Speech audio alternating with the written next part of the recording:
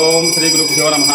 శ్రీ మాత్రే నమ. శ్రీ వల్లీ దేవస్థాన సమేత శ్రీ నాగసుబ్రహ్మణ్యేశ్వర స్వామి దేవతాభ్యో నమ.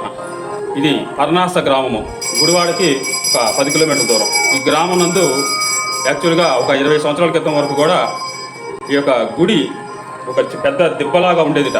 మన పూర్వీకులు చెప్పిన ప్రకారంగా ఒక పాత దేవతలచే ప్రతిష్ఠ చేయబడినటువంటి ఒక పురాతన దేవాలయ ఒక ఆనవాళ్లు ఇక్కడ ఉన్నాయి.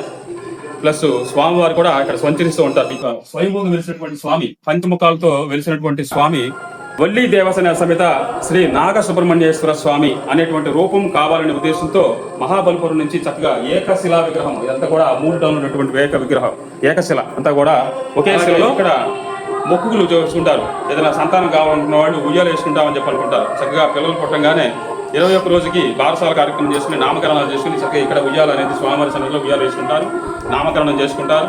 అలాగే అక్షరాభ్యాసం చేసుకుంటారు. నాగా అని కలుస్తూ పేరు పెట్టుకోవడం అనేది ఇక్కడ అందరూ కూడా చేస్తారు. ఈ గ్రామం నందు చక్కగా పొలాల మధ్యలో ఆహ్లాదకరమైనటువంటి వాతావరణం. ఈ ప్రత్యేకించి కావాలని గ్రామ పంచాయతీ వాడు ఈ 7 ఎకరాలను కూడా చెరువుగా తవ్వారు.